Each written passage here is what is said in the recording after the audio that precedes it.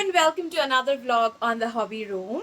So today is Sunday actually for us, and because it's Sunday, we've planned an outing for ourselves. So it'll be a surprise for all of you guys. We're not gonna tell you where we are headed, but be with us, and you should be able to see where we are going. And if you like the video, and you will like the video, do like, share, and subscribe.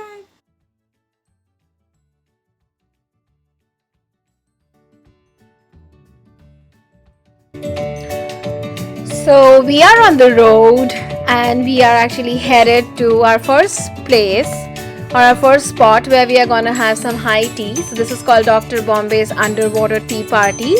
This is the name of the restaurant. They serve high tea, which means afternoon tea. So as you can see, they've got these lovely cute store which is decorated with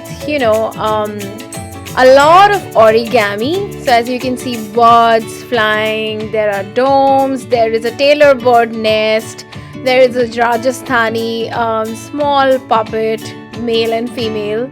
They've got lots of teapots, tea stores, and there's all tea cups, mugs, if you will. They also have a cute area on the at the entrance, which is basically like a library, which has got books.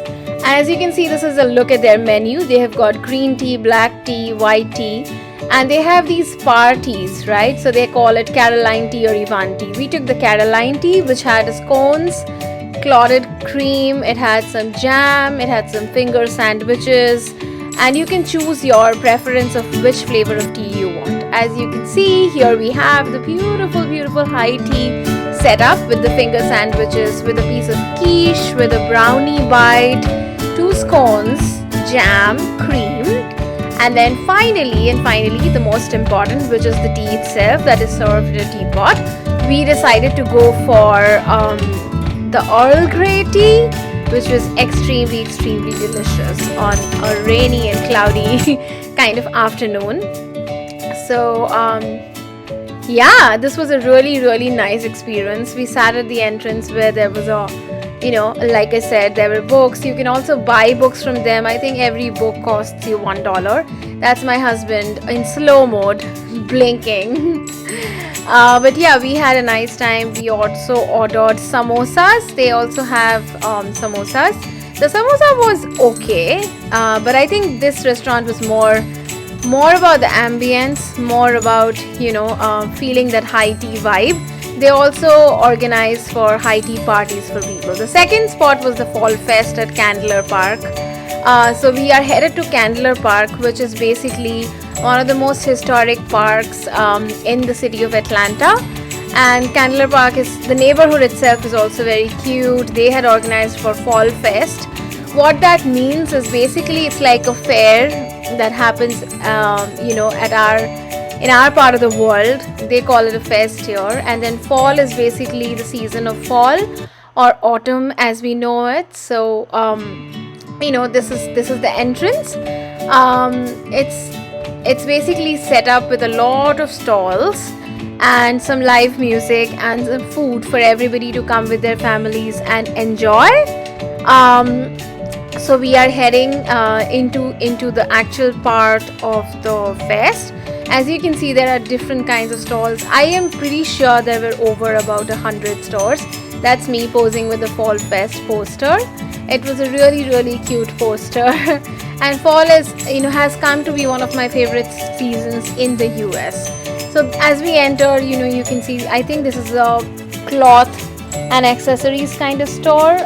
There's cute bags, there are dresses, there are mirrors. Most of the stalls or most of the exhibits in this fest I found were basically handmade items, very handcrafted kind of items, boutique-y kind of items. So it was really pleasant to just peek around to see what was being sold. This was very interesting, the henna body art. This is basically mehendi, and a lot of people here in the US also apply it on their bodies like a replacement for tattoos. This is another stall which has beautiful artwork. I really loved this piece. Isn't that creative? The wine glass, but this was I think it was art, and poster kind of wall art kind of stall. And then there's a cutie walking along. So there were lots of people who actually came with their dogs. So it was also another incentive out of all the things that we got to see. Then there were stalls. I think this is one that sold jewelry. There were jewelry stores. Yeah, this one is this one. They have beautiful jewelry, but I have no idea why it's so costly. So every pendant, every neck piece here costs about 20k, 2500. $2,500, $1,500, no idea why that is. Obviously did not buy. But this is another one. This is, I think, kind of pottery kind of art. So this is the honey section. This was a local honey, and we actually bought one of their honeys, which is the habanero flavored. So habanero is basically a kind of pepper or chili that infused into the honey. This is what I got, and I think this was about $12. So we really got, and by now when I'm making this, we have tasted it, so it's really yum. It's a local honey vendor. They also are called local honey. So as you can see, there are lots of people who've come with their families. They are like walking around. This is another stall that I really loved. This is the concept of preserving fresh flowers, pressing them, and then creating art out of it. So I wanted to take some time to show you guys. So they have coasters, they have paperweights, they also have big art pieces. I actually, and that's a cutie I want to get a video of. So as you can see, I love this concept. This is basically fresh flowers pressed into glass, and then you can make anything out of it. Finally, this is a tea stall. I wanted to take you guys through here as well. We got two kinds of teas, and this is the food court section, which has got a lot of people eating. So I think there were all kinds of food, from hot dogs, burgers, brownies, desserts, all those kinds of slurpees, ice cream, of course. And then finally, this is basically the live music section, where people were playing music. It was really nice. They were singing. There were people sitting on the ground, on the field, or in the park. Basically, some of them have gotten chairs. As you can see, people get chairs from their houses. But it was lovely. By this time, it was getting evening, so it was a very nice fall/autumn kind of feel. We were also there. We were kind of like just taking in the music, and it did feel like a fall fest, a really happening one at that. There are a lot of these fall fests that are organized at this time of the year in different neighborhoods.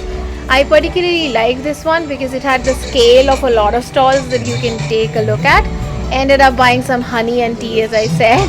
And you also have the choice of like walking around in that neighborhood because it is very silent, resident-y. And the park itself, like I said, Candler Park, is a very historic Atlanta kind of sighting. So it was also nice to like go there and take part in this kind of fall. So thanks you guys for watching. Do like, share and subscribe.